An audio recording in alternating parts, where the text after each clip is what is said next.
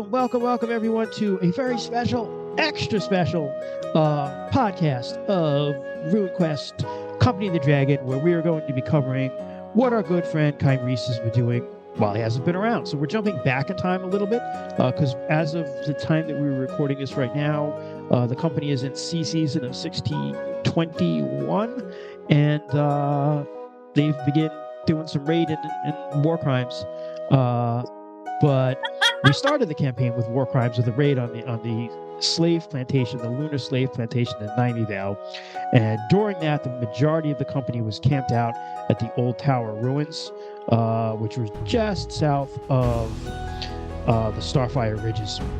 And while the main group went and raided the plantation, Kymrese remained behind. So we're going to start with what Kymrese was up to while he remained behind. So we have Troy here. We also have Sarah, who's joined us for the chaos today. And so say hello, kids. And hi, kids. We'll start right away with Troy. Oh my God! Wait, yeah, we do have the two youngest here, don't we? Yeah, we it's do. like me with my children. Yeah, and the two weird ones too, right? Yes. Let's fucking go. Yeah, Yeah, I'm joking. We have busy boy and sick bitch between the two of us. yeah, dude, that could Busy be. Boy, Sick Oh my Bitch, God! and a Lich. If you ever That's an want to awesome start band. if you ever want to start a band, Sarah, that's our name right there. Let's fucking go. All right. Busy boy and sick bitch. All right. Let me solve that. All right, Kymrese, you're in the Old Tower. The Old Tower is something that's been here, because you can see things that other people can't. This has been here for so long. This place, longer than Sartar has been around. And there's some sort of ancient sadness that hangs over it. And you've seen the spirits of sad warriors here. There was a tragedy that occurred here in the ancient past. So you're not entirely comfortable there. But what is Kymrese doing? And just to further establish a little bit too, it's early dark season, which is early winter. So the air is beginning to get cold. The nights are very cold. Some light snow might come down tonight. Okay. All right. So I think the scene kind of opens up, and Kymrese he's walking around the tower, and he's feeling that sadness. And like as we first see Kymrese, his eyes have that golden sheen over them, and he's using spirit sight or second sight right now. And he's walking around, and he has that realization, Christian, that we talked about, which is, even though in some ways Kymrese has become a very powerful, player in this campaign, and a very, powerful shaman, he came to that extremely early with very minimal training.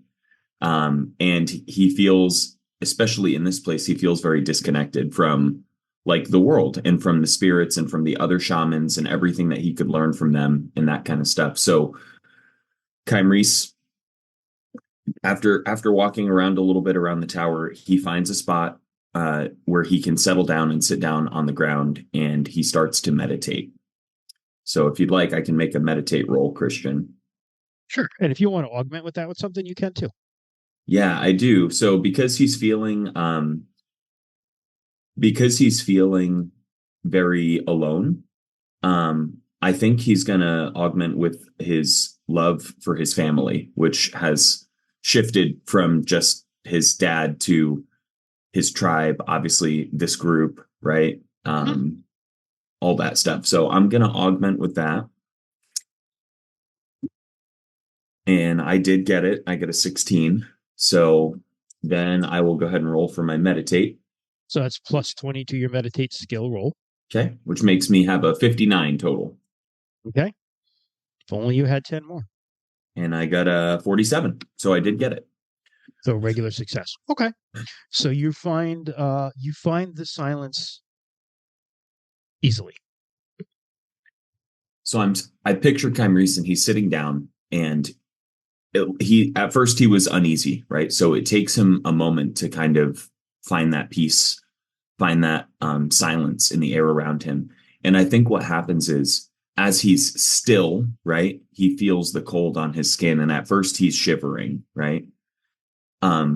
But as he breathes deeply, he's picturing like the flame, right, within himself, within everybody, that light, right? As I mentioned before, he's got that second sight spell activated right now. So he's got that kind of sheen over his eyes, and he's feeling the energy within himself. And he just basically extends that outwards. He tries to feel the energy of the earth beneath him. He tries to feel the energy of the wind that's touching his skin, of the cold. He tries to feel the energy of the spirits around him, that kind of stuff. And I think as he does this, and as he opens up that space wider and wider, he does slowly find that calm. And I like the idea of Kymrese kind of losing sense of time. So, he's meditating for an indeterminate period of time. And as he is trying to reach out and feel more connected, at whatever time that you choose this to be, Christian, I'd like for Kymrese to be, he's no longer sitting, but he's actually curled up on the ground in the fetal position, almost like he's, in the womb. And yeah, and maybe at this point, even maybe his fetch appears or interacts with him, if that's something that you'd be okay with. So I'm going to say that you come back and you're freezing, because what does Kymrese usually wear? It's not very much. Well, in the wintertime, he would have more appropriate clothing and stuff like that. He's probably sitting on the blanket that Orissa gave him. But normally he doesn't wear much, but in the winter, he's not going to intentionally freeze to death. But yeah, it's cold and he hasn't been moving. So we can say he's got a thin layer of snow or ice or something over him. You have a thin layer of snow and ice on you, and you wake up, you kind of come back to, you're not quite sure what shakes you back to that consciousness. Kind of like when you wake up suddenly in the middle of the night, sort of all of a sudden you're like, you were away somewhere and now you're back. And you see that mirrored image of yourself standing over you, just kind of staring at you.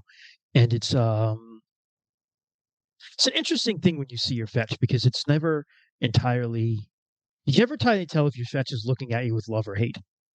There might be a little bit of both in its expression as it looks at you. But you have that glimpse of it in your spirit sight, because that's a permanent ability as a shaman for you now. So you can basically keep it up whenever. You see you see it, but nobody else sees it, is what I'm trying to say. But snow is falling all around you. And in dancing within those snowflakes are very, very small ice spirits. And you know that winter is on its way. Dark season is here, the dying of the world. And then you realize what must have brought you back is the sounds of people coming back, because your friends, it's late at night now, actually it's in the morning.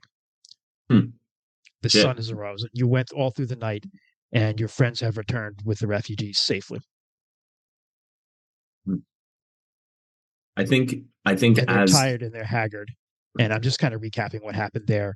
Everybody winds up, they bring back these refugees. They're exhausted. They managed to burn the plantation and escape.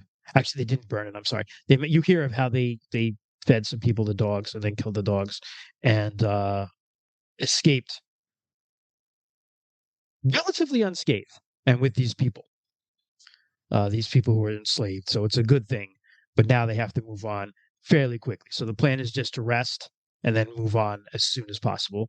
But somehow in your heart, something's calling you to go somewhere else. I like that. I think before I would talk with the group that came back and stuff like that, I would meet the gaze of my fetch, of my twin, and I would look at him and feel, you said, that mixture of almost love but also like contempt as well. And I think probably after a long moment of pause, of just kind of staring at each other, I think Kymrese's expression would soften just a little bit, and he would say, he would at first say very quietly, I'm sorry. I'm sorry, brother. I'm sorry that you didn't get to experience the world that I have. And I know that's my fault. And I know that I took that from you. And he kind of pauses for a minute, and then he kind of tries to steel his nerve a little bit. And he looks back at his fetch now with that determination in his eyes, and he says, but what a fool would we be to look at a mountain and tell it is not alive. It is not living. It doesn't experience scars to its soil. It doesn't grow like we do. What fool would we be to say such a thing? That it doesn't witness the world move by, time passing, the seasons changing. It doesn't experience life in death. Who would we be? What fools would we be to say such a thing?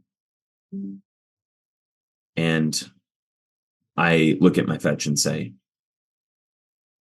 you're like that mountain. And then maybe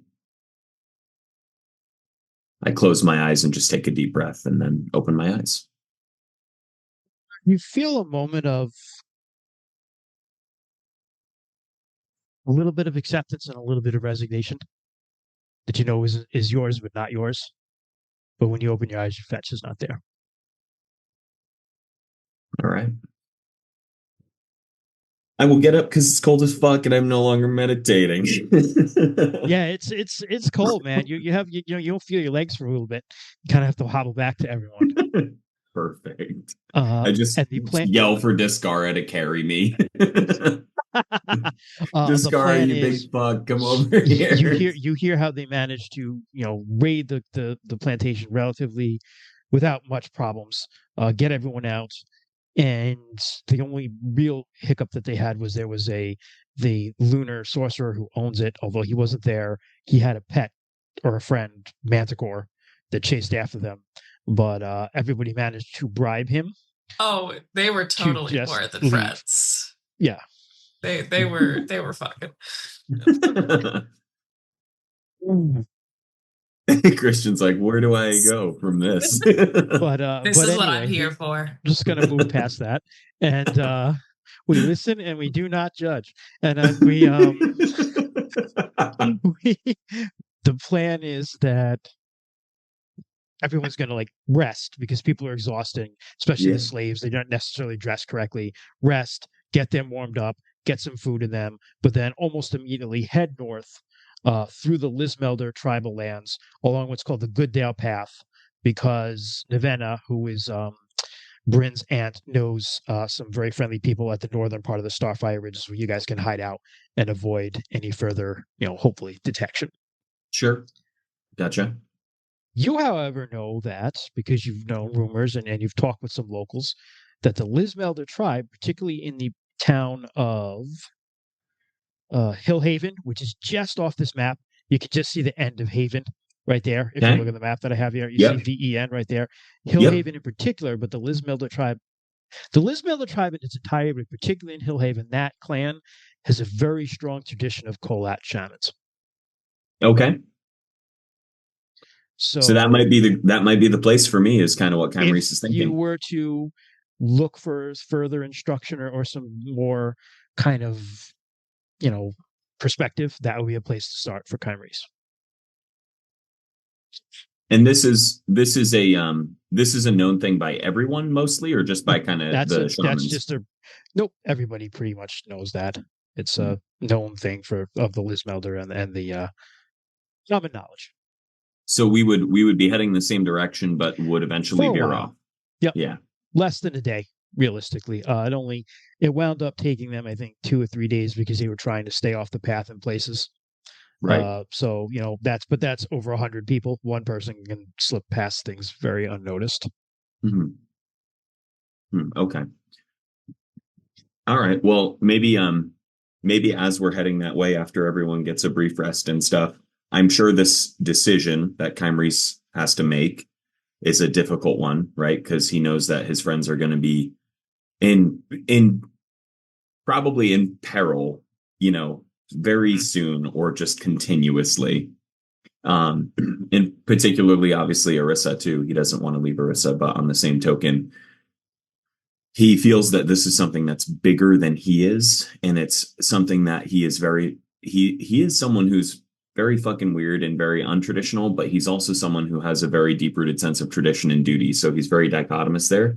And he feels that this is something that he is obligated to do. It is part of his duty as a shaman if he wants to be a spiritual leader or protector of his people someday. And I would say that because we had retconned this earlier, everybody's in full agreement with that. And, they're going to miss you. But the dragon assures everyone that that mark on your left hand means that you're bound forever. Hmm. Hmm. Which, for those listening at home, is a dragon rune on the back of everyone's left hand. And it's not a tattoo; it's just there. I do have a quick question, Christian. I have the couple of different abilities, I guess, called or skills.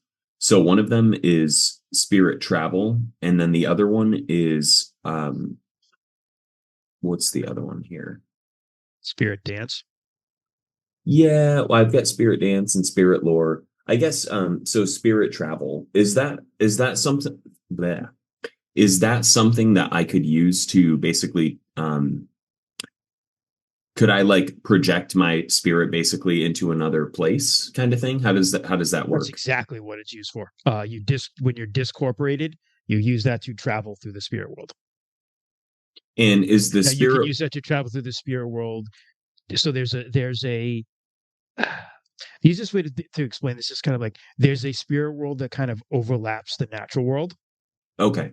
So I Okay. would And I so would you still can be bound by the geographical restrictions not and necessarily. So okay. yes, there is a spirit world that is bound to the physical plane where like a forest has a spirit, a river has a spirit. You can navigate through that kind of like almost astrally, right? And like experience those places in spirit form. But also there's a much deeper spirit world where you can go to where the gods live or where very powerful spirits live.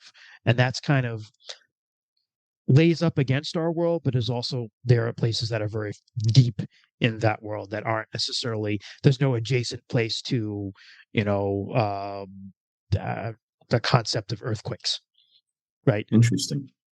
Yeah. So I So mean, you could say like the closest it comes would be to go to the Earthshaker Temple, where it's the most sacred temple, the Marin Gore, but that's her true home lies somewhere beyond that. Same thing with Orlanth or Kolat. They live in deep, deep places in the spirit realm. Some places it touches to the physical realm, other places doesn't. okay. So it's within the realm of possibility, at least, to use that skill to basically check in or visit Yes. the group at some point, Yep. even though it would be Absolutely. unbeknownst to them, right? Like I wouldn't Correct. be, Yeah. Someone would need spirit sight to know that you were doing that. That's super cool. Kymrese is Yeah. definitely going to try to do that shit on this stream at some point. So just keep that in mind, Christian, I will. I will. for a key moment. Yeah, absolutely. I will. I have ideas of that already. So, okay. Awesome. So there's nothing else. Real quick. I'm Yep. sorry, Christian.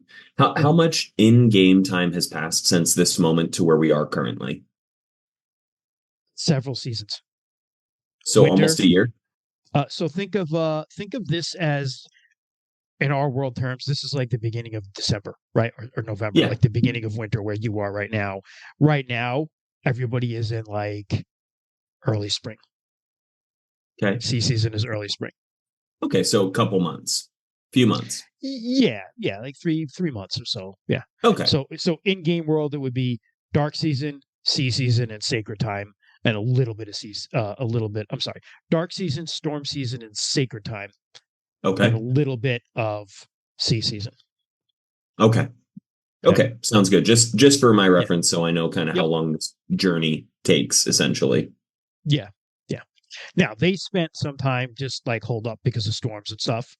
So it's Right. not there wasn't like a ton of stuff that happened, which you know. But all right, so everybody sets out. For a while you're able to stay on the good Dale path because the Good Plate Inn is sympathetic to rebels, so they just let you guys go right past and they don't care. The plan is when they get to that fork in the road where if you go left, you get to Grey Dog Inn. They want to avoid Grey Dog and Swordvale, so they go into the mountains there, into the Starfire Ridges there. But Hillhaven is before there, so I would say that that's within a day. Okay. Kymrese would break off from them, probably like towards the end of the day, if you wanted to go into Hillhaven. Okay. Yeah, I think he's going to do that. I'm just looking at the map. Sorry. Yeah, no worries. Yeah, that sounds good. That's what he's going to do. All right, so you break off from everyone, you say your goodbyes, and it's not terribly hard to find Hillhaven because you find most of the fields are fallow, obviously, because it's wintertime. They've been harvested and they're just laying, just kind of like the chaff is in the fields. But you do see herds of sheep and stuff still that are kept very close to the holds, but still outside yet. Although the weather is bad today, it's like a rainy sleet that you guys are traveling through. Good to avoid detection, bad to be out in for you guys. Right. Yeah, for sure. But you see the smoke from the huts of Hillhaven in the distance, and you make your way in there. And eventually you are met by some shepherds. I kind of hold up my hands like and show them that don't have any weapons. And I say, "Hello, I'm lost and hoping you could help me find my way." Right. Well, so for cold out there, have you had anything to eat? Kymrese has to think about that for a minute because it's not something that he thinks about all the time. And he takes a quick pause and he says, "My stomach could use some food." Right, come on then. "Thank you. Bless you for your generosity." And he kind of starts walking that way. Let me get a name for him. To these Australian fucking shepherds. Yeah, I'm trying, man. My name is Right, all right, mate. Get your fucking bloke ass over here. Shrimp on the barbie. We got some shrimp on the barbie. His name is Baral. Barar with an L. Yeah, so Baral. Just the way you just said it, but with an L at the end. Yeah. Gotcha. Baral. Okay. Yeah, that's perfect, Sarah. Yeah. Not much that I have, but we got some stew. My missus got some stew going. Thank you again. Are you folks from this area then? Yep. Lismelder born and bred. Wow. What is the community like here? Quiet mostly. King's a bit of an ass, but other than that, we're all right. Do I know their king by chance? Could I make a roll? You can make a roll, but I don't remember his name off the top of my head. But yeah, make a That's roll. okay. I can look him up. I can look him up real fast. I'll have it. Yeah. All right. And that would be, let me see. Not customs local because I'm not local, but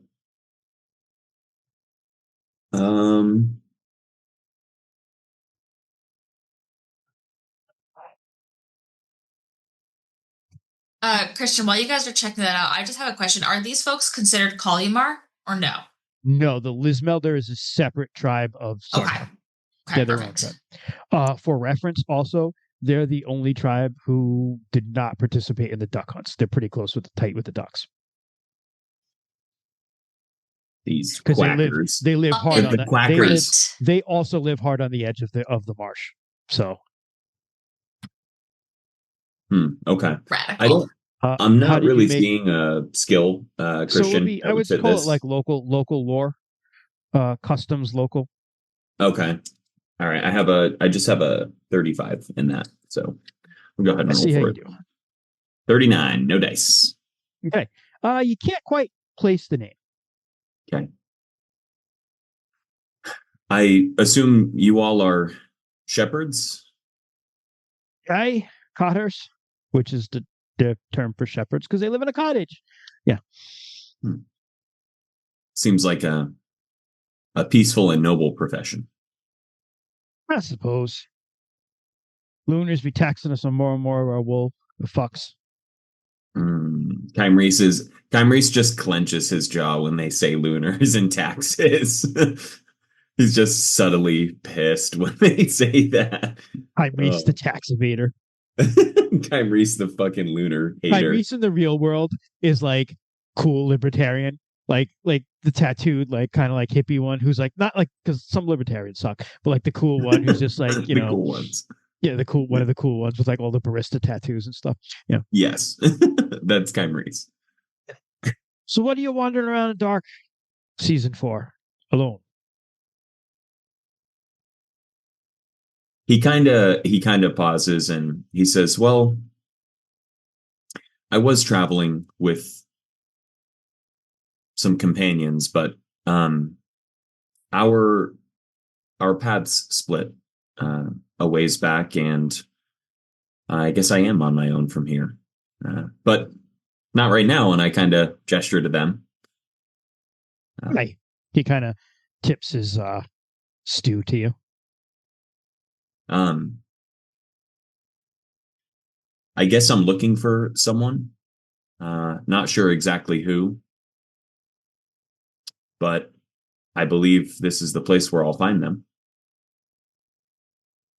or at least Well, close to here. Hillhaven's not got much more than wattle and daub huts and sheep. I've had some great conversations with Les, and I kind of smile when I say that. He smiles back. He's like, "Who the fuck is this creepy whack job?" But he does. He looks you up and down, and he sees the still unrotten and occasionally wiggling tongue of an ogre that you wear around your neck.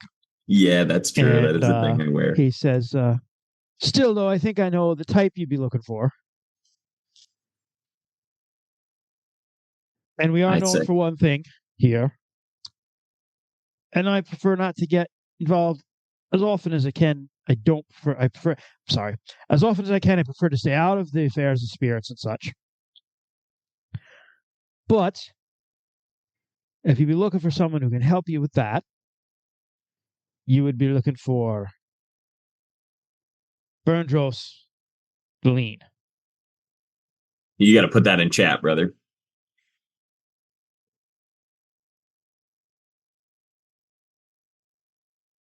Berndros the Lean.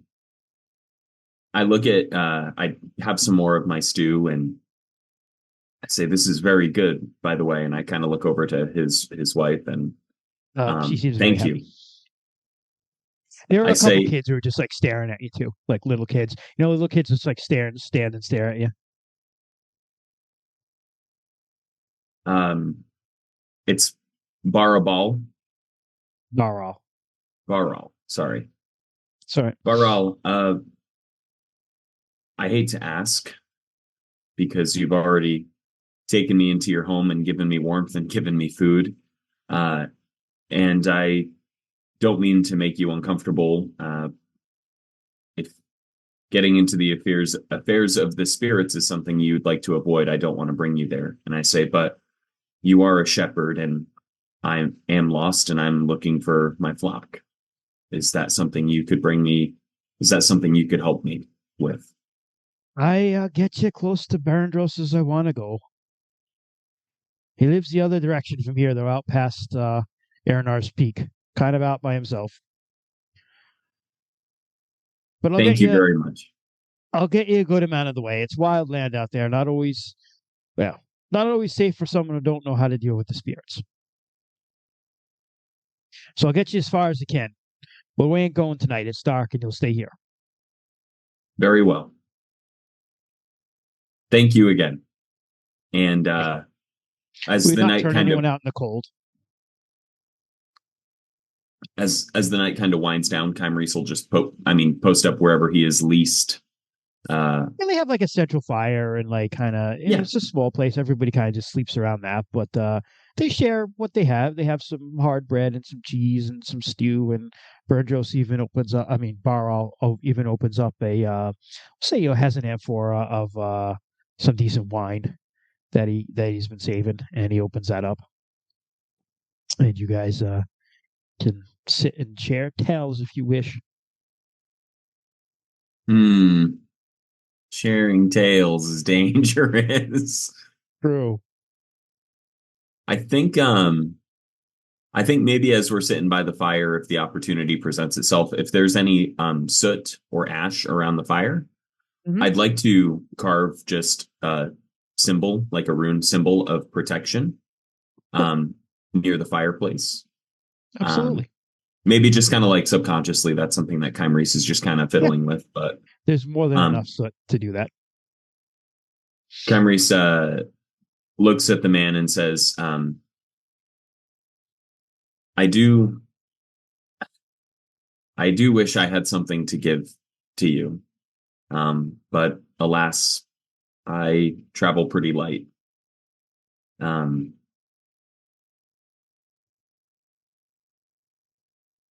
I guess he's opened up and shared with me a little bit about his people. I guess maybe Yeah, I I'll mean, you risk. mostly hear about like you what you hear from him. We'll gloss over it a little, but he tells you, he's been here for several generations, and they've always been shepherds, and so he's had some relatives who fought in Grizzly Peak and stuff like that, and he's got some. He was you get the feeling he was generally supportive of Starbrow's rebellion, although he wasn't necessarily part of it, where he went and fought. Yeah. And he's not entirely overjoyed with the Lunars. And one of the reasons he said the king was an ass earlier is that the king is in tight with some of the Lunars. Okay. Uh, but he just kind of sees that as the way things are, and he's just Yeah. trying to like live his life here and not be bothered. Hmm. I guess I'll, without going deep into the role playing, I just kind of reaffirm that what he's doing is good work, and if the whole entire world around him is in shambles and in chaos, there's still sheep that will need shepherding.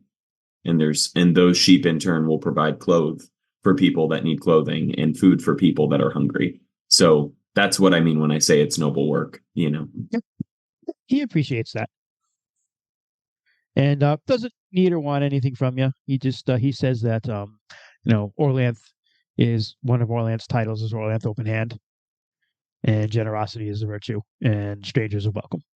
Shit, I did not know that about Orlanth. That's kind of cool. Orlanth is a lot of things. Yeah. That's awesome. Yep. Well, I will lay down for the night then. Wake up with my throat slit. Hopefully not. No, you wake up fine. You wake up fine in the morning, and he's bundled up. He has it's rainy. It's even more sleety and shitty today.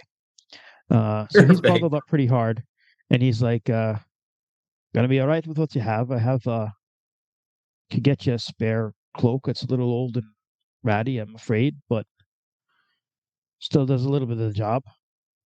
Oh, no need. Thank you, though. I do have a blanket with me, and that'll keep me warm. All right, fair enough. Let's be off then. That and my fucking 50 in survival will hopefully be enough to cut in, So risking exposure. you set off into the shitty weather, and he leads you kind of back the way you came. And you do notice that you kind of like you veer north a little bit because you're going around Airnar's Peak, but you see the Starfires are these very high, kind of I mean rocky like hills. All right, Mhm. they were thrown up during the war in the gods' time, when Orlanth and the air gods just defeated these fire gods, and one of them was just like hit the earth there. And there is a place to the north called the Cinder Pits. You can actually see some of the smoke coming out of them, even in the snow and sleet and rain, No where it's shit. just always hot there. Holy shit. That's kind of Yeah, cool. there's a dying fire sky god there, or a dead one, and what's left over is that it's very hot up there, like hot, kind of like hot springs, and Sure. possibly more. Most people stay away from that place. Most Most. people try to stay away from the area you're going to. It's kind of a lonely land. It's also very much disputed between the Lismelder and the Kalimer tribes. Okay. So everyone kind of, especially in this part of it around Erinar's Peak, people kind of they graze their sheep, but they try to stay away from each other because there's some rustling back and forth between the different tribes and stuff occasionally. Sure. And there's also spirits and stuff here. It's a lonely place if you're out here Hmm. alone. So shepherds come back with weird stories. Hmm.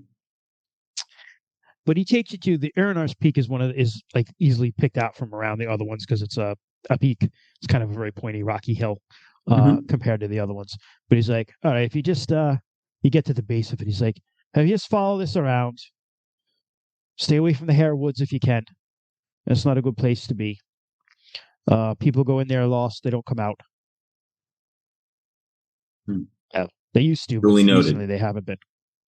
There's a spirit in there of a hare, and it's leads folk astray. In the past, usually would eventually, once it was tired of playing games with them, at least let them get home. But recently, it ain't been that way. We lost a young lad recently, one of the local families. I'm sorry to hear that. Aye, but so stay away from there. But just keep the peak hard on your right. We'll go all around. You'll find Burndros eventually. I expect you see the smoke from his well, what he calls a cabin soon enough. Very well. Thank you again If you don't for. find him, he'll for sure find you. Mhm. Us shamans have a way of that, don't we? Hey, And he kind of laughs to does. himself. He laughs, sort of like a scared laugh at that. Yeah. But he's like, well, good luck to you then, Mr. Kymrese. I hope you find what you're looking for.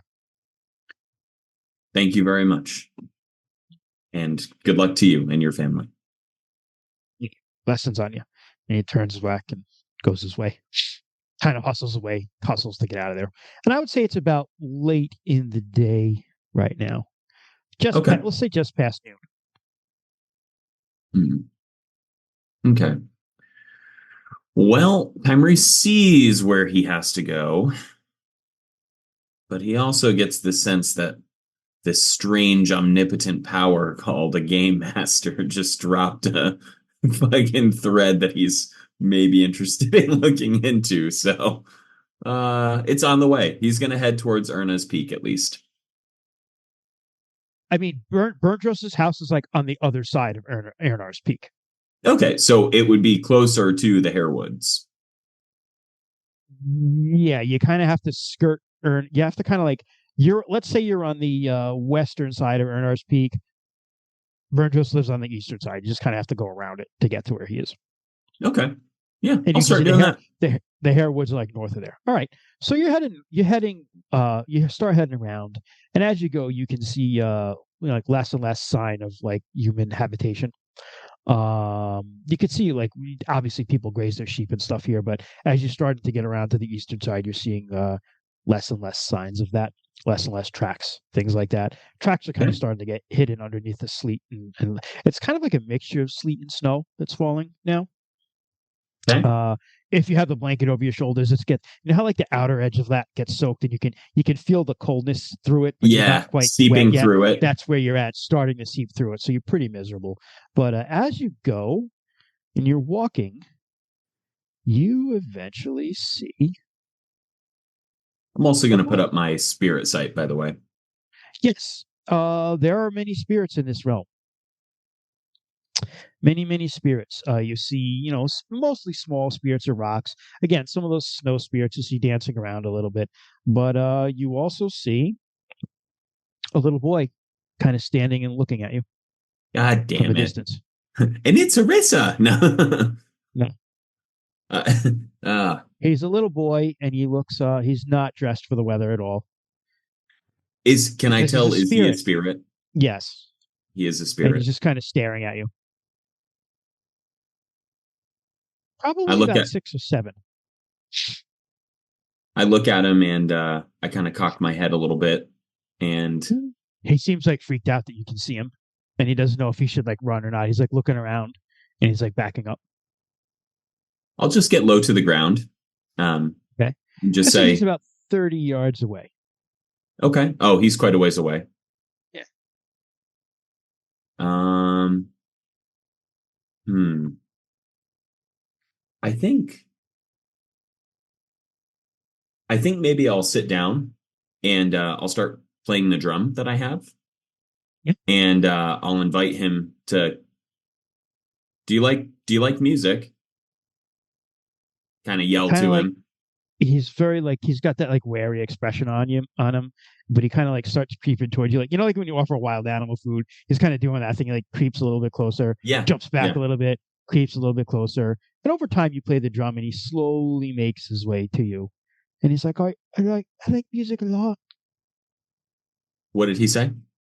I like music a lot, Would you like to play the drums?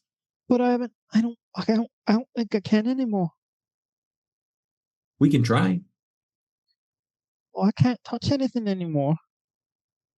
These are special drums. And I'll tell you what, if you can't play the drums, why don't you just hum a melody for me and I'll play it on the drums.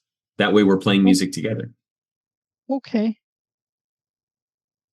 Is he able to touch the drums? These are the drums that I brought back with me from my venture into the spirit world, but No, he is not.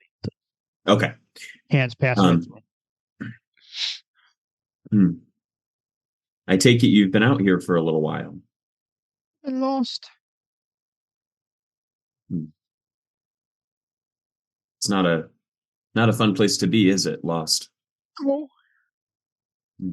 I just want to get home, but I was out, I was with the sheep, and then I was near the Hare woods, and Dad told me not to go, but I was near him because I wanted to see the rabbits, and there was this big rabbit. He led me deep into the woods, and I couldn't find my way out, and then I got really, really tired, and it was cold, and then I just been lost out here ever since. Hmm. Man, Kymrese is not good with little kids like this. You're dead. No. Yeah. Oh fuck. He would is spirit speech something that would be helpful at all in this particular moment? Spirit speech is used typically for speaking to spirits. This kid's speaking Yortling. You Okay. don't necessarily need it to speak to him. You know, sorry. My name's Kymrese. Oh, I'm Androst. Damn it. Where's the fucking gems and the bobs, bro? Andros. Yeah. I say, Andros, I've I've been lost for a long time. In fact, I'm not confident I'm not lost right now. Um, and sometimes when I travel to new places, it can be a little scary, kind of like how you're feeling right now. I say, and sometimes I miss my friends, and Yeah, sometimes I miss my I miss family. all my friends. Even even Clara. She always used to pull my hair, but I still like her. She sounds wonderful.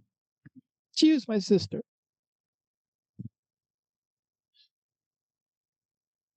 You know, even if you don't, hmm, even when you're lost, you're not alone. You still have the memory of your sister. She's still with you, you know? She might not be pulling on your hair, but she's definitely still there and she's looking out for you. And I know I that just she like to knows the go to a same. place where I can see people again. Hmm. Well, you can see me. I might have an idea. If if you'd like, I'm looking for somebody and this person might be able to help. And I bet you that he's someone you'll be able to see. Really? Yeah, I think so. As Okay. my eyes kind of gleam with that golden Yeah. sheen over them. He goes, okay, I'll go with you then. I'll keep you safe, Androst. There's some scary things out here. I believe you. But we're together now. Mm, all right, let's get going. And I pack up my drums and kind of start heading. I'm looking for the Kolat shaman to So the you lean. you keep Berndros. You keep traveling, and Andros comes along with you, and he kind of like he skips along like a little kid. And he's like jumping from rock to rock and stuff, but it's weird because he just doesn't make any noise or anything. I mean, he's humming and singing to himself, and you can hear that, but there's no sound of footsteps or anything, and there's no footprints Yeah. that he makes in the slowly gathering kind of slushy snow that you're walking through. It's funny because as I observe that, I probably think back to the time when I was a child, when I was playing alone in like the deep forest. You know, And and even though I was making sounds, by cracking leaves and this and that, it's like I very well could have just not been, right? yep. If I couldn't hear them, or if I was A tree wrong in falls what I in the was hearing, forest. Does it make yeah, a sound? right. So you travel on a little bit. You follow. You remember what Barrow said. Just kind of keep the peak to your right, and just Mhm. kind of like keep circling around it. And eventually, you do see as it starts to get towards the end of the day, and the shadows become very long, and it gets dark. And the stars come out in the sky. You see a light up in the hills of a fire and Nice. some smoke. Yeah, buddy. I think as I'm navigating, by the way, I think I'm going to continue to encourage Andros to share stories about his sister, about Sure. his favorite songs, Yep. He and sings some of his favorite songs, and he tells you all sorts of little kid stuff about catching frogs, and like nice. all sorts of like throwing sheep poop at kids that he doesn't like, and just like stuff like that. Yeah. Kymrese scratches his head. That's kid stuff. Fuck. Damn it. Uh, I love it. He's just trying to build some rapport and make this kid feel a And little bit this more kid's feel comfortable. you can tell because he gets into that little kid mode of like just not shutting up, that he's been very lonely for a very long time, and he's very happy even just to have somebody with him. Awesome. Look at that. Kymrese is doing good work. He doesn't know what the fuck to do, but he's Yep. doing good. By the way, meta for everybody that is eventually listening to this, me not knowing what to do and looking for an NPC to the solution for this problem is basically the equivalent of me putting this problem back on Christian. Like, hey, I don't know how to figure this out, Christian. This is yours now. But it's appropriate because you're not like you're a full shaman, but you were kind of rushed through the process, so you weren't Right. taught. Like you lost Saban, unfortunately, who would have taught you a lot of this stuff, Yeah. and didn't have time to. So you head towards Yeah, that wasn't in my fucking shaman abridged 101 yeah. hybrid web You got like blended the weekend fucking course. Yeah, unaccredited yep. class. It's like become a shaman in 3 days or your money back. Yeah, Spark Notes, fucking AI generated shamans. You were Go. just lucky you found Sh- magical Hulk Hogan to like help you when you went off on your thing. Shamaning for Dummies, Yeah. third Shamaning for edition. dummies. Oh, I love it. I love it. Yes, this is very much where we're at right now. I'm looking Yeah. for the whole Hogan. No, this Hey, is fun. brother. So, hey, brother. Oh, yeah. So, I should do a thing where all the shamans are pro wrestlers, but I didn't come up with one for Burndros. But Fucking A. I will eventually add more pro wrestler shamans for sure. Um, so you follow the light, and as you get closer, uh, actually you're the first one to see it. Andros hides behind. Andros is the first one to see it. We'll say he hides behind your leg as this woman who appears to be made out of wind and blowing snow, flying over the rocks, whooshes right up at you and stops in front of you and is staring at you. And she speaks to you in spirit speech. Okay, so now I need to make a roll. What's your spirit speech score? It's not terrible. It's 36. Good enough for basic communication. She Okay. says, "Who are you? Why do you come to my master's lands?" Do spirits typically have masters? This is an outside of game. Like, she looks like a spirit of like the wind and ice. Like, who the fuck is the master of the wind? I mean, or Lanth Kolot. maybe, but Kolot is the or master of Kola. the wind. Okay. And spirits ally with shamans, or they might enter into servitude with shamans for different reasons all the time.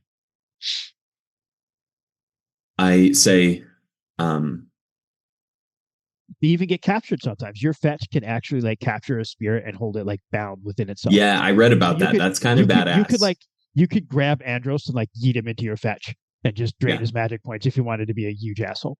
Yeah. Yeah. I could, in theory, potentially try to do the same thing with this use spirit. him. You could use him as a magic point bank, if you wanted, Yeah. like a little piggy bank. Yeah. Yeah. I I think mean, you'd it's be a huge probably. dick for doing that, but you could do it. Yeah. Oh, you want to talk to people? Okay, Yeah. cool. Come in my magical fucking. My This guy magical right friend. here, he looks a Yeah. lot like me. He's gonna eat you. It's the Baldur's Gate 3 text. Arissa disapproves. Yes. I love it. Okay, here's the thing. I look at the spirit and I say, my name is Kymrese 2I. I am looking for your master, most likely. And I'm also trying to help my friend Androst here, who is lost. What do you have for social skills? All awkward. No. Let's see. Yeah, I've our got. party has no social people. We're the awkward squad. If you need me to speak my own language, I have just over a 50% chance of being able to do that. Oh fuck. I've got let's see. I've got intimidate a 20, charm a 20. Those are my two highest. You know, Fucking I'm not gonna we're not gonna ruin this with a roll. She looks you up and down wow, what the fuck? What's that supposed to mean, Christian? because you're I'll not gonna roll. I'm succeed. not scared. No. She looks at you up and down, and then she goes, "Follow me, but know if you are lying, you will regret it." And she kind of whooshes around you and then whooshes back. I turn to Androst and I say lying is never good, and you'll always regret it, whether you get caught or not. This is me parenting this little fucking spirit child. Mwah. And onward to truth. And I start following so follow it, and it's the spirit is fast. I mean, it whooshes around. It kind of like tends to like it goes and stops and comes back and circles around you. And occasionally, it's like, "Come on, hurry up, go faster!" And then whooshes back. Okay. But it's not more than 10 minutes before you see this ramshackle, shitty ass looking hut that's kind of like built up in a little bit of a lee of the peak, so it's kind of like a little bit out of the wind, but not entirely. Okay. And kind of one of the backs is built right against like a rocky outcropping, and there's some smoke coming out of it.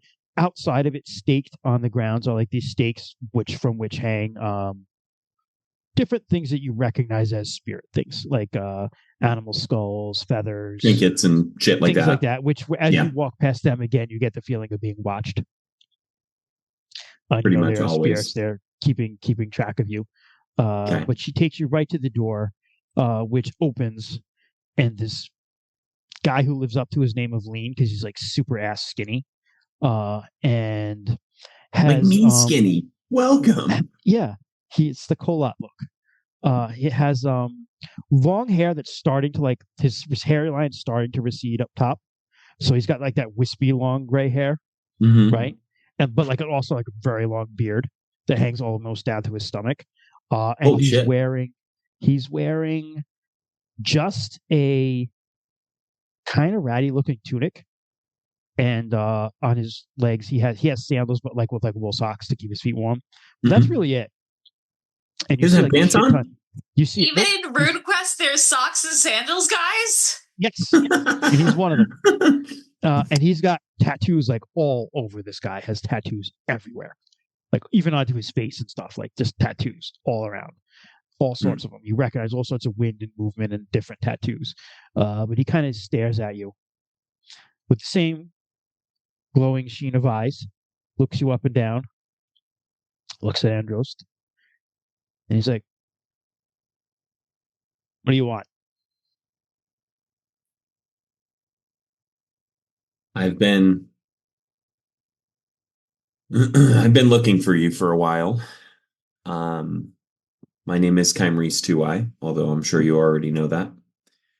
And this is my friend. But What's noted.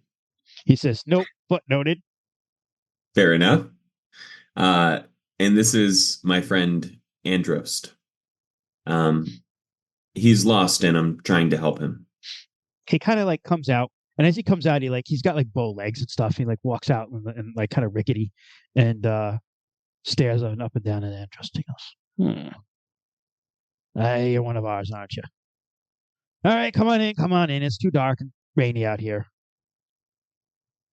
Thanks. Removes frozen shawl from body. Thaws inside. Yeah. And he goes, never mind. I hope my last she didn't bother you too much. She's a wonderful gatekeeper. She should be. She should be, that bitch. What her job is. With how much I pay her, she keeps bitching about unionizing. Come on in. And he invites you in, and in is a little fire, like a stone fireplace, over which there's keep like a tripod set up with a little kettle that's boiling some like beet stew. Okay. And very, very simple and rustic. The cabin itself is kind of like just slapped together out of a very bad wattle and job. So it's not insulated very well. Wind is like blowing through it, but he doesn't seem to mind that much. Naturally. And all sorts of herbs and like dried out plants and shit hanging from the rafters, and just like a very strong incensey, but also like smelly old man smell as you go in. Okay. And yeah, I look over at Androst and I say, Andrew's this just kind of man, like I say, looking around like scared little kid. can you hear that? And Can I hear what? I say, the wind. I say, I think it's singing. It sounds like maybe a song that you were singing to me before. And I just kind of, in saying that, I like implore him to listen to the wind. Like the sheep song. And he starts like humming the sheep song. I kind of like Burndos, you turn around and Burndos has a pipe, and he's like lighting up some tobacco or something. And he kind of like nods in improvement at that and says, where'd you find the boy?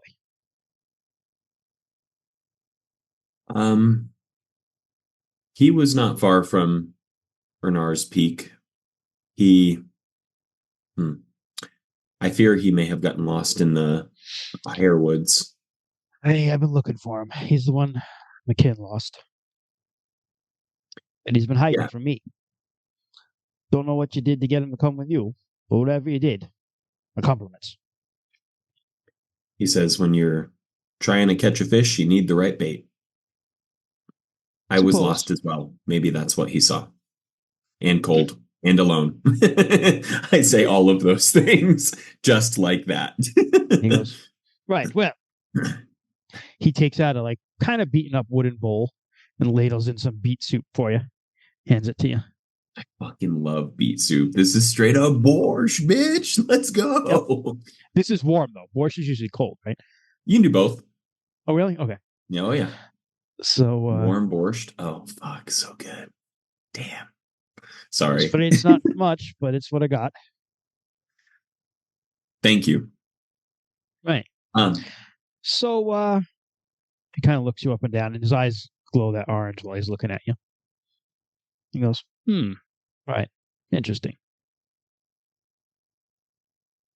Whose apprentice were you? Well, my mentor was Savan, was his name. Oh, Savan. Not a Lismelder. He was of the Haraborn tribe. Clan. Sorry, clan. Oh, the Haraborn, right. Out in the mountains yonder. Heard what happened to them. I'd be interested to hear the version of the story. Yeah, well, Kankar, he's not too happy about it. That's what I heard. Him and his mighty warriors all in their red cloaks rode up there. And the chief and his wizards. I'm sorry, chief and his shamans, drowned him with a river spirit. And he was on the path for 7 days, barely plucked back to life by his little red missus there. But he be gone so long that he's half a corpse still even alive.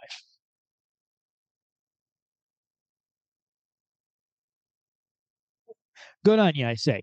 Kind of raises the pipe and goes like that. And he takes a big puff and he blows it out. And he blows it out, he makes like effortless smoke rings.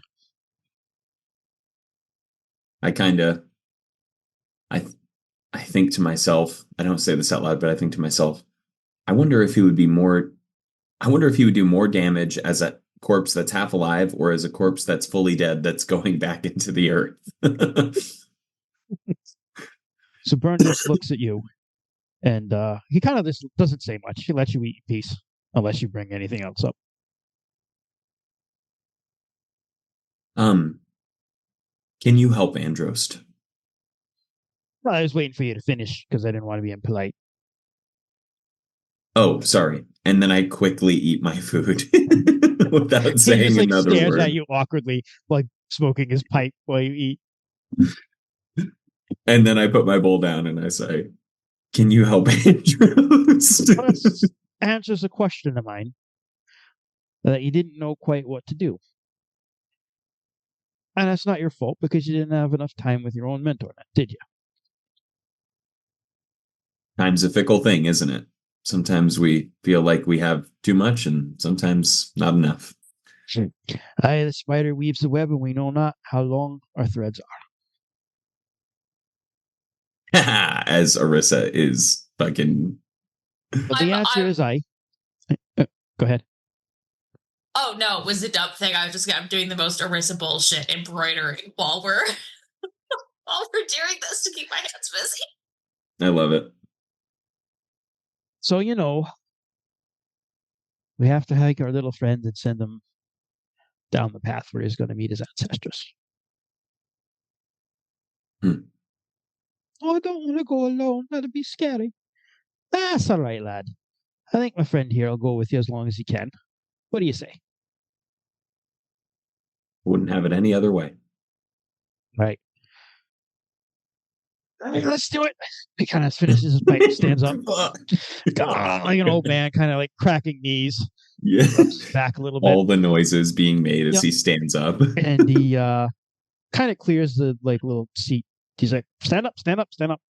Kind of clears the area in front of his fireplace out and traces some like chalk on it, like a circle. Kymrese is really nervous right now, by the way. He's like jittery, like he's like tingling with anticipation and excitement, but also like just nervousness. And he looks at you again and he goes, right, so I mean I can see you can cast your soul adrift into the spirit world. I can see you can do that. Yeah. So what I would ask you then, and I think my little friend here would ask you, is you go with him as far as you can. There's the tree and the crow and many, many paths. You gotta make sure he gets on the right one to find way back to the courts of silence and his ancestors. Did he say the courts of silence? Courts of silence, yep. Fuck, that sounds like a terrible place. Okay. That's where you go to get judged, and then eventually you go back to your ancestors. Interesting. How will I know what the right path is? Androst here will, but if we're lucky, someone will be waiting for us. What do you say, Androst? Well, if you're going with me, okay. Now, Listen, you can lead the way. You don't listen to the crow in that tree because he's a damn liar, right? Kymrese's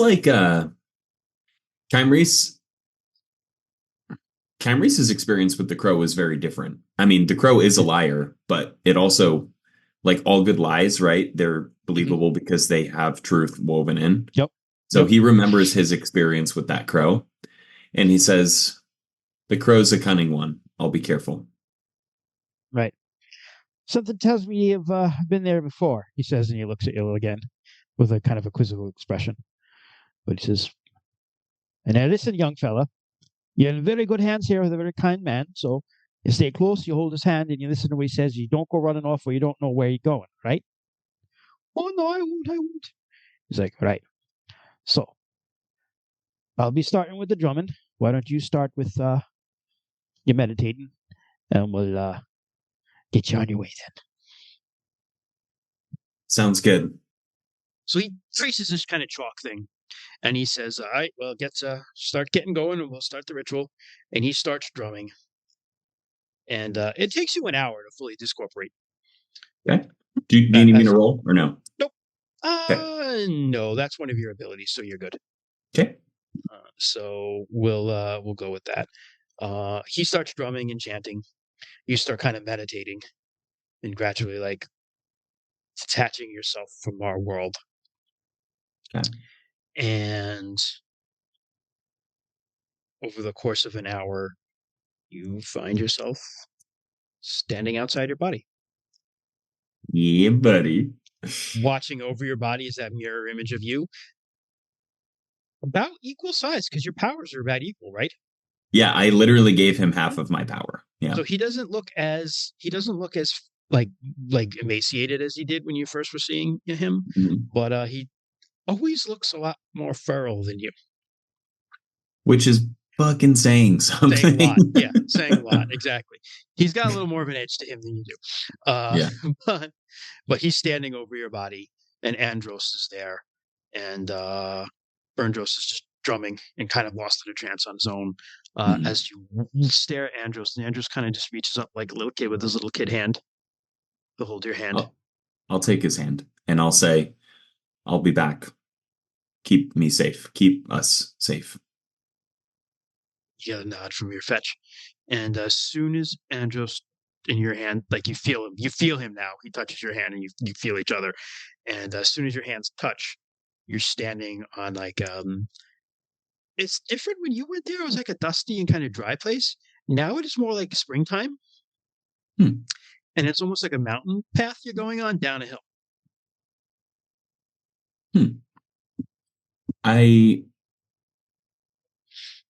This looks beautiful, doesn't it? I look at Andros. Extra colorful. Yeah. What does the air smell like here? Is it like crisp? Is it clean? It's very crisp and clean. There's no distinct smell to it, though. Okay, just kind of crisp air. Yeah. Yep.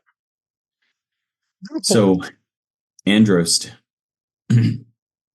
we're gonna walk together to this place, and I'm right here with you, and I'll protect you. I promise. I say, but there's gonna come a point where you're gonna be the one that's gonna have to lead the way, and I won't know what direction we have to go, but you will know what direction you have to go. How will I know?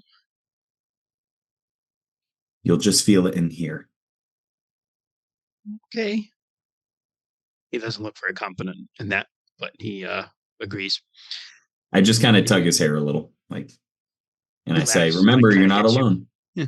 And he hits me perfect. Yeah, just like a little bit in the leg, like a little kid hit. And Right. then you start off down this path. And as you go down it, though, it does you notice like the vegetation stuff that starts to like die out. It's there, but it's like dead winter grass and dead winter bushes. And eventually it gets darker to where you're walking through the dark, and the dark is almost like palpable, almost like you're actually like pushing your way through it like a fog, right? But you see in the distance this great dead tree, like an oak tree, with many, many branches. And it sits in the middle of this very well-worn path, right in the middle of a crossroads. And branching off of this just innumerable paths. And sitting in it is a crow in the tree. And it just eyes you with black, beady eyes that kind of like claws at you, but doesn't say anything this time. I look at Andros and I say, Andros, this is the part where you need to take the lead. It's like, all right. And you start kind of just like circling. And as you start circling, you realize like this crossroads is massive. There's like thousands of paths are off of this thing. But eventually you see like someone standing by one in the distance. It's a figure. It's an armored person. That's all you can make out. Andros, stay behind me, okay? All right. I start walking towards the figure. Okay. As you get closer, you see it's an older man in scale armor with a very Orlanthe helmet, boars on the side. It's a crested helmet with like images of boars on either side. Actually, rams. I'm sorry, rams. And he's got a sword in his scabbard by his side. He's standing there. He's not standing aggressively. He's just kind of standing there like he's waiting for someone. Hello, stranger. Are you Just kind of waiting for looks over, someone? looks around you and he goes, I am, and he bought you. You bought him to me. And just looks around and he goes, Grandpa, What does he say? Papa? Grandpa. Oh, Yep. Grandpa. He goes, Andros, my boy, and he kind of leans down and just runs and jumps in his arms. And he's like, oh, I've been waiting for you. I kind of take a glance. I take a glance back in this moment and look for the crow in the tree. Just watching. Just watching, just unmoving. Just watching. Okay. Yep. Okay. Just watching. I'll fucking shoot some eyes his way for a quick second, then I'll look back to this.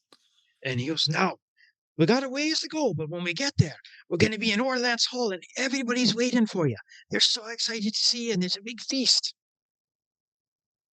You've been waiting a long time. Where you been? He goes, I don't know, Grandpa. I got lost, but this nice man, he found me and he helped me. And they kind of both turn to you, and he goes, well, thank you then, stranger. I appreciate it. Can I say goodbye to Androst? Hey, Andros. I kind of lean down next to him, and I say, I'm so happy that you found your way home, buddy. Grandpa's going to keep you safe.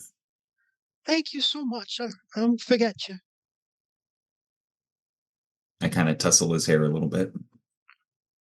And Grandpa reaches out, like, do the warrior arm clasp. Except my arms is emaciated. Yeah, yours is like tiny. Well, he's an old guy, but his is still like bigger than yours.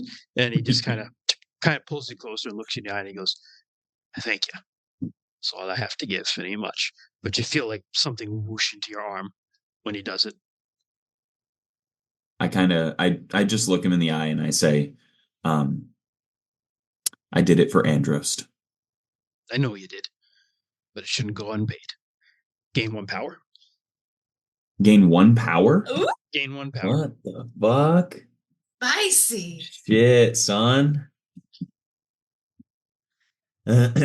Now, question. Mhm.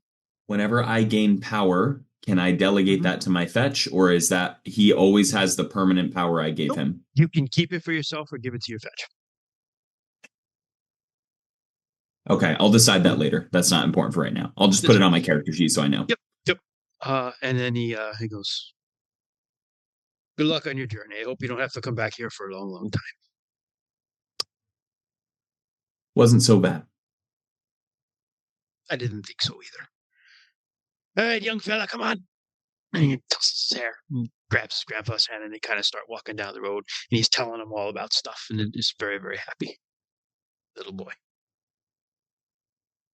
I just watch them until I can't see them anymore. You watch them kind of fade into the darkness. Yeah. I turn back at the tree with the bird in it. I sit down and I don't sit down. I just kind of take a pensive stance and look at the bird and I say, well, bird, what do you know?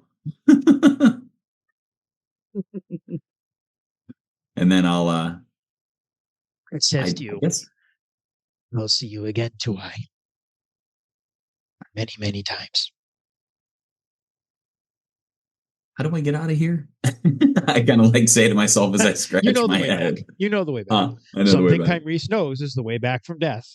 Yeah, that's true. He's traveled it a couple of times. Yeah. Son of a bitch. Oh, that's awesome. Yeah, I will go ahead and start making my way back. Oh, yeah. Can I, as I'm making my way back, can I start hearing the drums come into?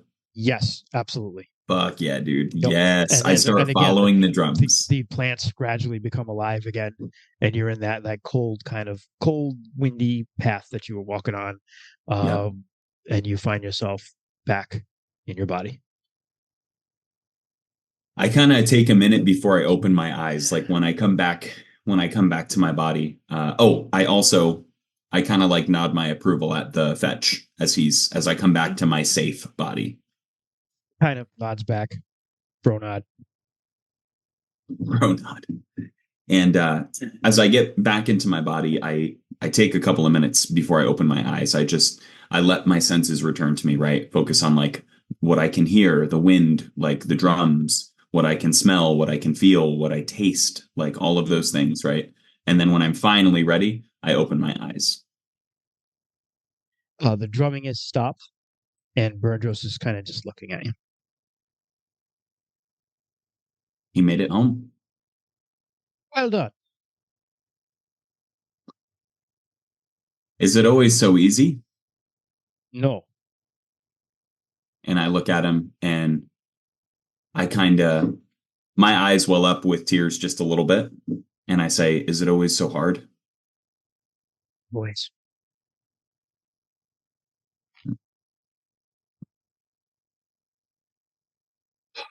Thank you for helping Androst with that. And thank you for helping me. Kind of leans back. He doesn't acknowledge that. And he says, you're an interesting one. You don't know half of what you should. Perfect.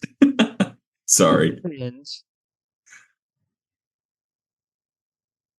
well, I didn't mean to pry, but I saw your fetch. And you carry the sticks of a Kolati, but, well, our fetches are our sezes. And our sezes are our breath. In your fetch, it's a part of your soul, but it's not. I don't think I've ever seen anything like that before. What do you think it means? I don't know. But I know that I'll help you and teach you. But first, you got to do something for me and for the people of my tribe. Your will be done. That boy and others, they got lost in the Hare Woods. Now, the Hare Woods are called the Hare Woods because there's a hare spirit there. And for as long as I can remember, it's always been a problem because it'll lead you on a merry chase through the woods, but eventually it gets tired and it makes sure you get home. But recently, they've been people lost. Andros never found his way home.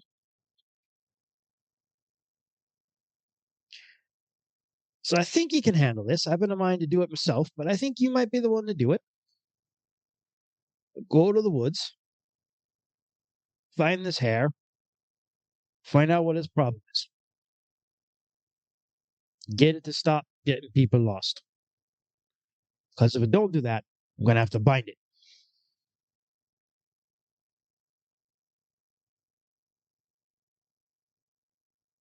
Kymrese has a question, but he doesn't know if he wants to ask it. What he's thinking is that something that he could do if he deems the spirit to be untrustworthy, or like beyond help, right? Like if I can't help it to stop being you would know that theoretically it's something you could do, but it depends on how powerful the spirit is. Guess we'll have to find out. It might be something that you can do, but it's beyond your ability to do, right? Right. Yeah. Okay. But for now, you rest. You got plenty of time for that, and it's late at night.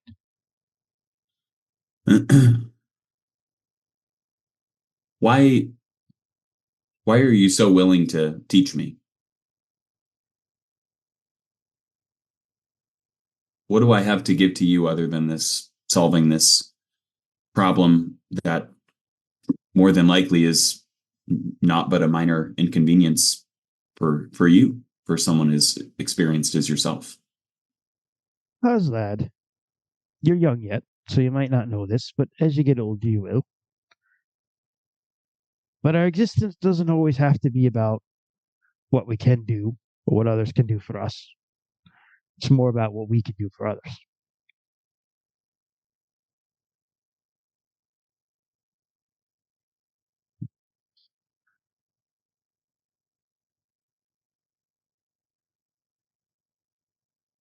Right. Well, with that being said, his mind just kind of wanders off to Arissa again and wonders where she is in that shitty sleet and cold weather, and if she's warm. And no, no, Arissa's just no. It's Arissa. She's never warm. It's physically impossible. and Kymrese says, "Well, I'll get some rest, and in the morning, come up with a plan to help you fix this problem." Appreciate it. And I think at this time, Kymrese would like to, I know he's already traveled into the fucking spirit world, so I don't know if he's totally spent, but he wants to try to like reach out to Arissa. Being with Andros has made him very I don't know, it was like obviously incredibly difficult for him to do that, right? Yeah. And he saw a lot of himself in this small child. And in many ways, he likewise has felt abandoned in his life by the people that were supposed to take care of him. You know, maybe not obviously in the same way, but I think if you want to roll like a meditation, I was gonna say you're tired, so you're gonna have to do a meditation roll to be able to successfully kind of like search around again. Okay, I will try it, and I will augment it with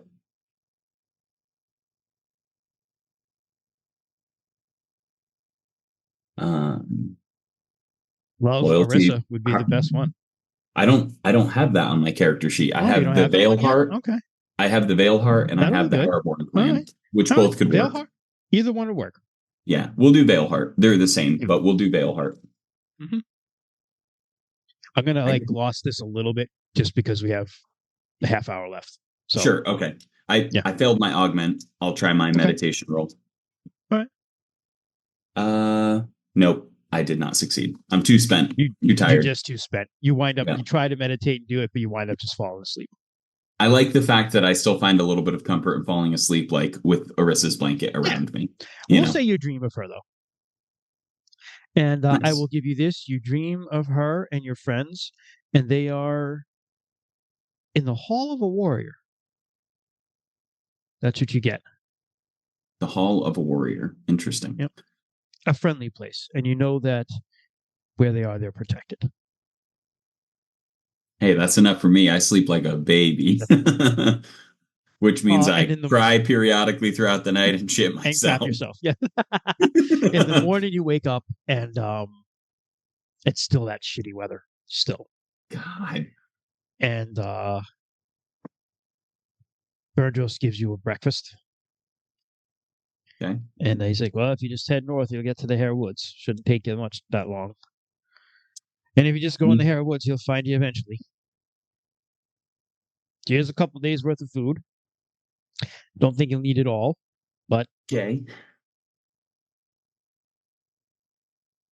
If you do find yourself lost, just head south. Okay. I will do my best. Anything I should be careful for in the woods? He's tricksy Hare. Be careful. He'll lead you astray, try to get you lost, try to make you see things that aren't there. Something tells me that's not going to trick you very much, though. I just think of the analogy, you can't get blood from a stone. Like, motherfucker, you can't make me lost. I'm already lost. The fact that you found me means I'm making headway. Oh, fuck. Okay. All right. I'm going to make for the Hare Woods. Okay. So you head north, supplies. And it's fucking cold. It sucks out. And by the time you get there, you're like that half soaked again. God damn it. Freezing. But the nice thing about the Hare Woods is that they're a pretty good mixture of like pine and deciduous trees. Okay. So once you get in, there's at least enough cover to like get out of the wind, and you can find pine trees like get under and like warm up a little bit, get out of like the precipitation for a bit. Okay. But you wander around the woods for a bit, and you find that it's deep and quiet and like mossy. There's not a lot of undergrowth, but you do still see, even in dark season, you see a couple rabbits here and there. You're like, that's weird. And then eventually, Sarah can describe what starts to happen. Yeah. Yay! Yay! So, Sure, what I'm you've been here for waiting it. for. So as you are continuing on, you see those little flicks of rabbits going off in different directions. And you kind of follow one with your eyes. And as you do, the form of the rabbit starts to almost blur and shift into this haze of gray mist. And slowly but surely, this mist rises up from the rabbit and starts encompassing the tree, and anything that it touches starts to sort of blur. So the trunk of the tree is this tall brown mist with green misty pines on the end of it, and yet somehow, despite it being mist, they look sharp. Like touching it could somehow still hurt. And the more you continue your gaze, following whatever path you're following, the more it starts to affect your vision and shift into this odd, somehow textured mist.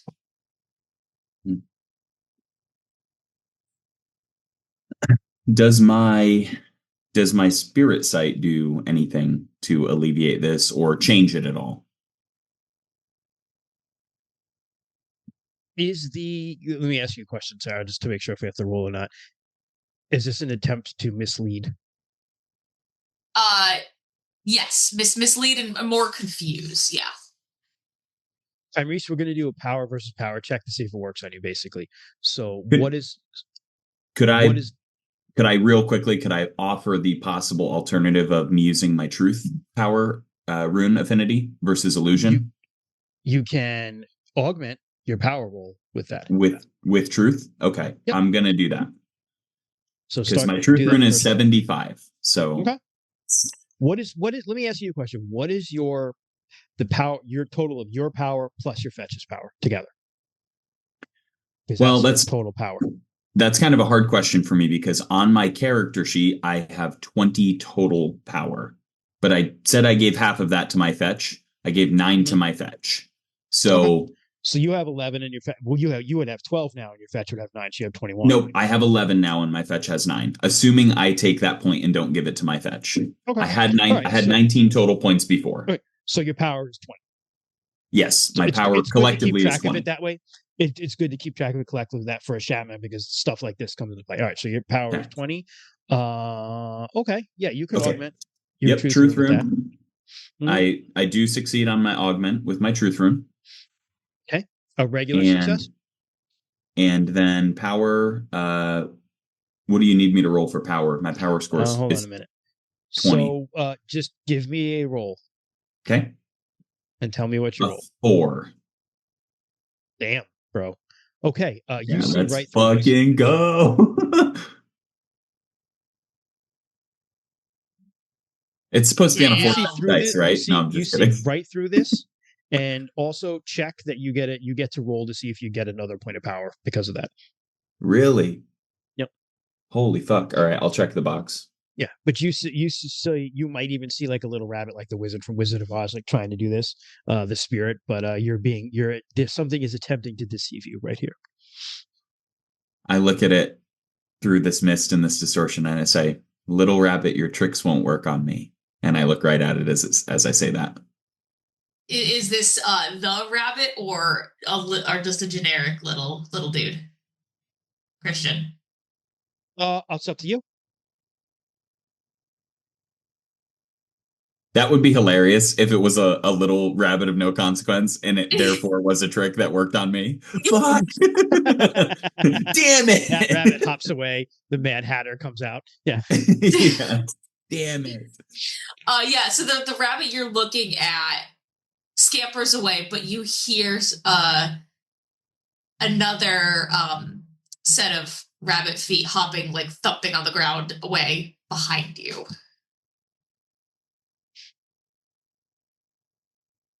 I kind of turn around and face the direction that it I heard the footprints going off towards. And if we are to play hide and seek to play this game, I will indulge you, but you will answer my questions when I find you. And You, Christian, to clarify, spirit speech, is that verbal, mental? Mostly mental. Okay. You hear just kind of almost a chittering laugh somewhere tickling at the back of your mind. Um, just kind of there. But the footsteps went off in a direction that is looking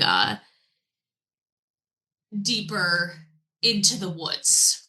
okay. And this is the footsteps of like not the inconsequential rabbit I saw, but the one that Yeah, this one okay. sounds a bit bigger. Okay. I will go ahead and start heading in that direction. Okay. Also, I wonder if I should cast protection on myself at this point because I have full fucking spirit or I have full spirit magic points right now, plus the 10 that are stored in my grandmother's stone. So like I could straight up dump 3 points into the spell and it would not do a whole lot to affect my ability for other shit. I mean, that might be something you save if in case something goes awry, because Okay, I'll keep it that in doesn't mind. I last won't very put it long up either. right now. Yeah.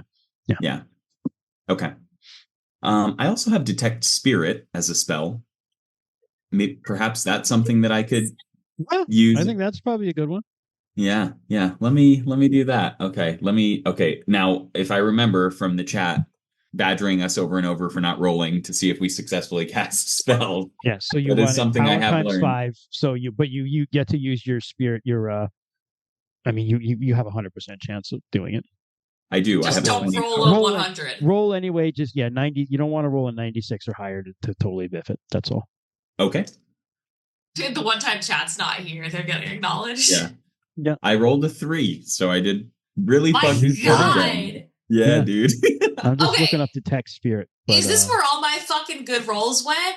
Yeah, dude, I took yes. them. Thank you, Fuck Arissa. you! I was busy taking all of your fucking luck and dealing with this fucking tricks bunny. Between this, fucking Christian is using his lich powers on me to give you a break. What the Yes, fuck? thank you. Oh, dude, I got the job and we'll have insurance, so you can resume your lich activities as normal. Right, I will. I will do that then. You're welcome, Marissa. All right. Christian, So did you see my question, by the way? let me take a quick look. Oh,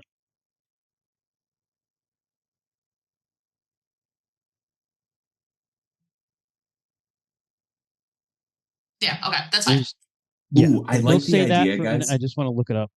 Yes. This is more for flavor text, Christian, but Yeah. I like the idea of my eyes when I use this detect spirit. I like the idea of my eyes also blurring but looking sharp, like matching the illusionary shit that's going on around me.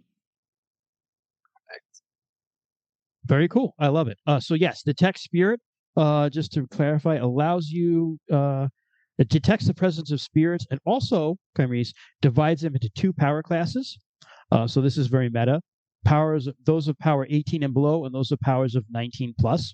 So we'll call them like very powerful spirits and like less, right? Right. You detect the presence of a spirit. It is of the lesser variety, Okay. but not that much below the cutoff. Sure, sure. Like it's a powerful lesser spirit. Correct. Okay. All right, you son And of that's a what's heading bitch. into the woods ahead of you. Okay. I So found you. continue following it. Yeah, I just kind of, you know what I'm doing? I'm humming a song that Anthros was humming to me as I'm What? chasing, as I'm walking down this rabbit. I'm in no fucking hurry, bro. All right. Okay. So as you continue forward, uh, kind of focusing on your sight to focus on where the spirit is. At one point, you hear sounds of other rabbits scurrying around, almost as if they're trying to muffle the footsteps of the one. But because of your sight, you're able to just keep going. And eventually, um, it the footsteps lead you to a small cave, and you just see the Hare dart in.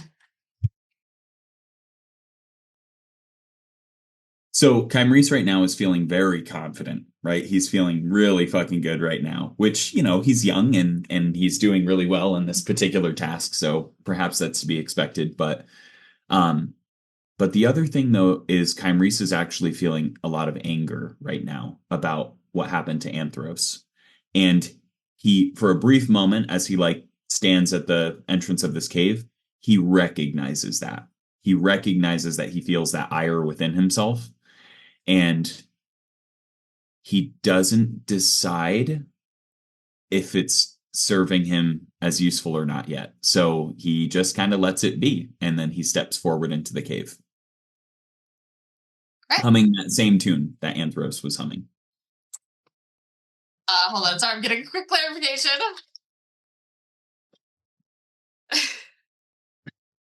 Learning how to be a little shit. Give me a roll your dex, Kymrese.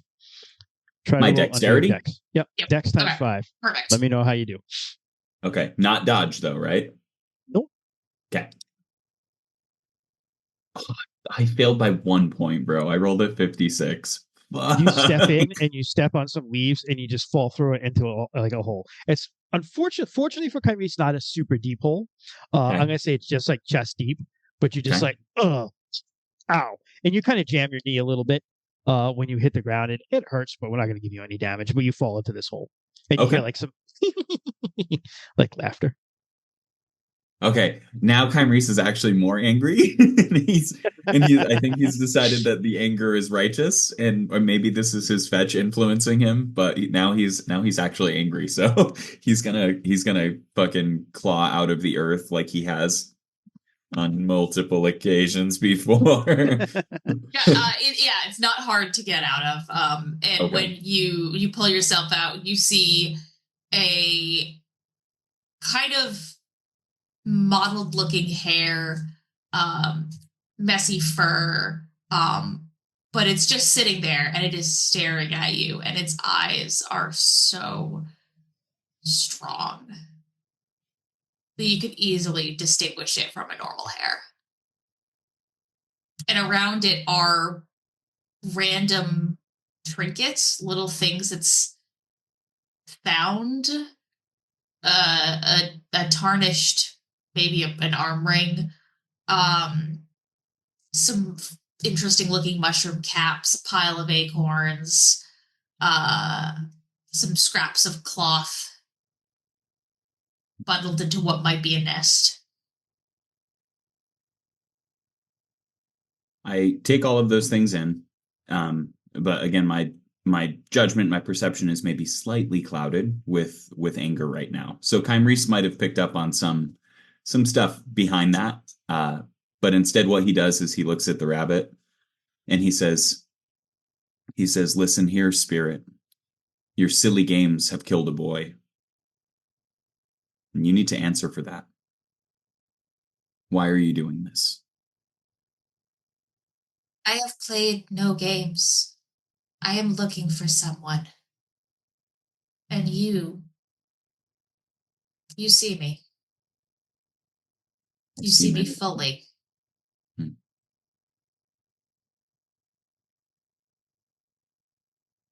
He takes a deep breath in and just kind of tries to like breathe out. And when he does that, he just goes back very quickly to like sitting on the cliff tops with Sabin, thank you. And like just feeling the wind in his breath and stuff like that. And he says, "Who is it you're looking for?" It might be you. I needed to tell someone, but only those that can hear me and see me can take what I need to say.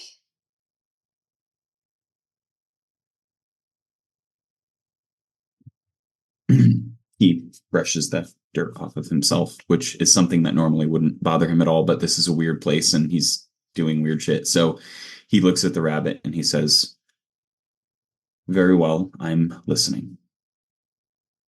The hare kind of closes his eyes and then after a second opens them, and they are again that weird cloudiness that was similar to the mist that he was creating.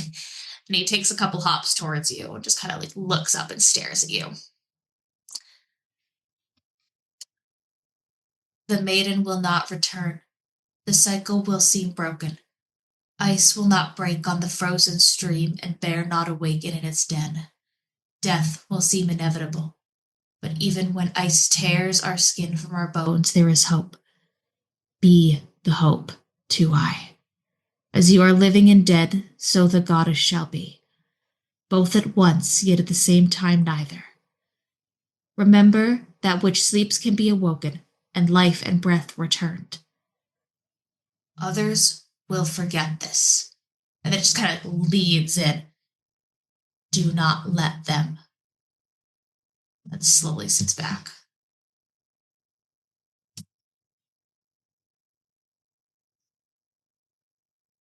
That was very good, by the way, Sarah.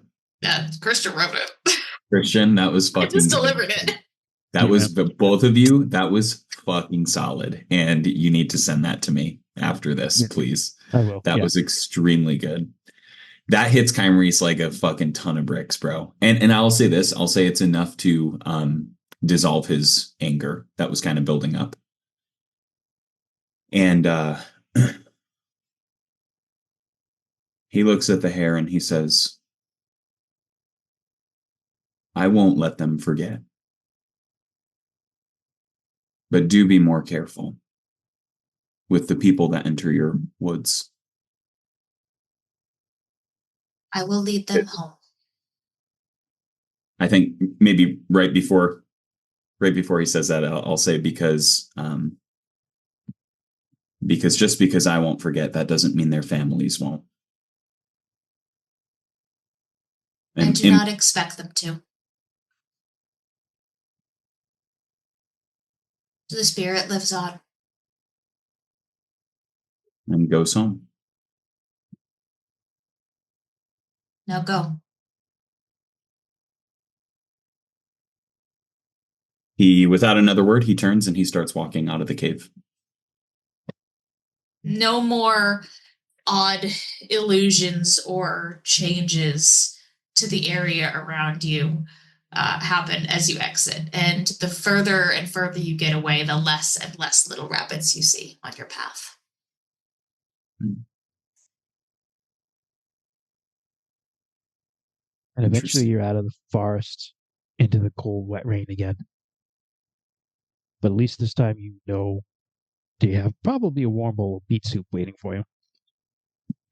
And you head back to Burnjos's ramshackle little hut where he's been waiting for you. And he kind of smiles as you walks in, and he goes, "I expected you to find your way back."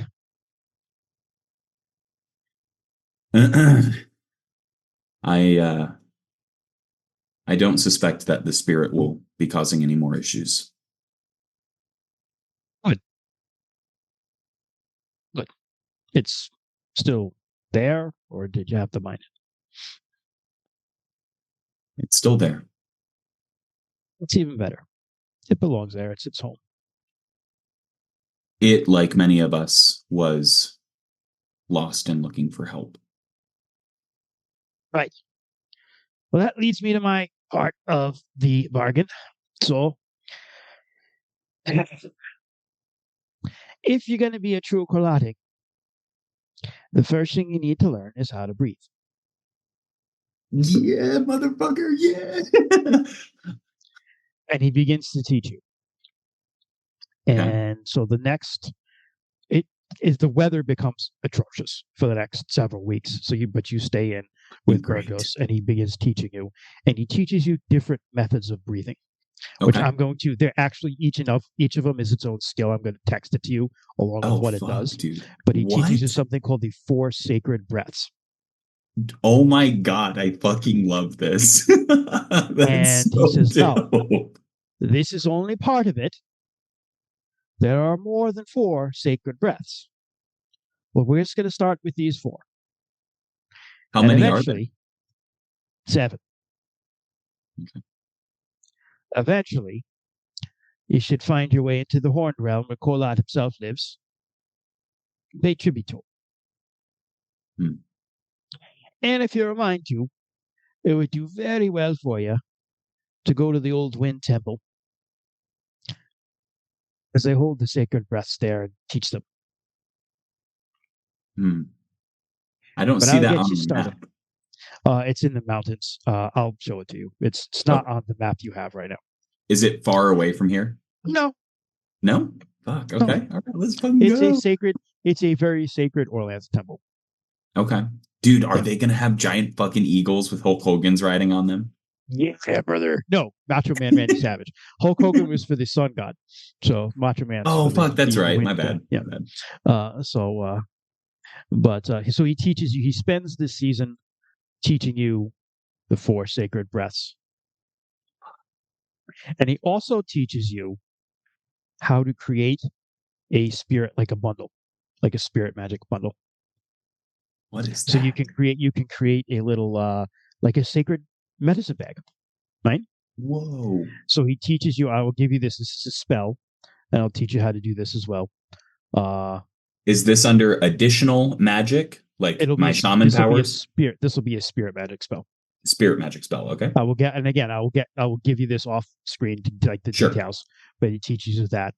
And I'm also going to say he gives you one, which is a sacred bag, and he says, "Now this one, you'll have to find your own wind catch in it, but you can catch the wind in this bag, and you can let it out, and you can command it. But it's up to you to find it and make your own deal with the wind." I love it so much. Oh my God, I love it so much. I'm writing down this man so I never forget him. Berndros the Lean. And then last but not least, over the course of that season, he sees the mark on the back of your hand. And he asks about it. And what does Kymrese tell him? Kymrese's biggest downfall, bro, is that he is fucking truthful to a fault. Mm-hmm. One of his shaman um, taboos that he took is that he speaks only truth. Okay. So the only way that he can avoid that is by simply not having the conversation, which is really not an option here. So he will tell Bertrand the truth. He will tell him the story that he is a member of the company of the dragon, of the Veilheart, and that they're assisting this spirit on its quest. He's very fascinated by that. And he says, when I was younger and I used to get around more, I used to wander down by the stream a bit. And there's a ruin down there. There's plenty of ruins down there. This one's an interesting one because if you look at any of the old maps, I don't know if those Lancre temples, it's not on any of them. But it's an interesting place, especially to someone with your, I guess, proclivities for dragons. So I would recommend you go to it when the weather Does this breaks. does this temple have a name? Has no name. It's just the ruin. The ruin. Don't even know if I'd call it a temple. Very well. We'll see where the wind carries me, but I'll keep that in But mind. I'll here. He just kind of blows on his hand, and this breath like blows like in your face, and it's like old man breath. And you're like, oh, what the fuck? But you know how to get there. What was that shit? Shaman shit, bro. Yo, the breath of it has fucking memory. That's amazing. Mhm. Holy shit, dude. Shaman shit, bro. Yes. So you know where Yes. this ruin is. And he goes, it might be well, if you're lost, you can't if you don't know where you are, it doesn't matter where you wind up. You could say. Or you could say, if you don't know where you're going, maybe the gods have plans of where you should be. Hmm. And I think maybe you met me for two reasons. One, to teach you how to breathe finally. And two, to tell you how to get to that place. And 3, to help my friend Andros. I kind of embrace him. He hugs you back. All right, now. Used to My this. back. Yeah. But you spend the weather it's shitty, so you can't be traveling yet. But you have in your mind to travel there. And I Okay. think we'll stop there Yeah. for now. All right. And Awesome. have a Sarah, idea thank you what so you're much. gonna see. Yeah. Eventually, but we'll do that for next season. You and I can just Yeah. play that out on our own, Troy. Yeah, for sure. Yeah. Sarah, thank you so much for joining. Yeah. I forgot Yeah, how that was much I awesome, really Sarah. missed playing RuneQuest, and Yeah. I'm excited on the 11th to play with everybody again for the first time in like fucking 6 months. That'd be awesome, bro. Alrighty. Yeah. All right, well, Alright. I'm gonna lasso this up here as I mine this out. Thank you, everyone, so much for listening to this special podcast-only RuneQuest exclusive episode of DMs After Dark. If you liked what you heard here, you can subscribe to us. We're on all of the podcast apps. We are on YouTube at DMs After Dark. We are mostly on Twitch, twitch.tv/DMs After Dark. You can give us a follow to be notified whenever we go live, which is every other Saturday at 7 p.m.-ish EST. You can reach out to us on all our social needs, Facebook, Instagram, Blue Sky, maybe Threads. I don't know. We're figuring shit out because fuck Twitter. You can also email us at dmsafterdark@gmail.com. Questions, comments, conspiracy theories, pet photos, whatever comes to your mind. We love it all. I am personally humbled by every animal picture that comes in, and it brings me great joy. So thank you once again for listening, and until next time, when following a rabbit down a weird fucking wood, watch your feet. Yeah. Yeah. Just keep an eye out. Silly rabbit tricks are for kids. Good night, everyone. Good night, everybody.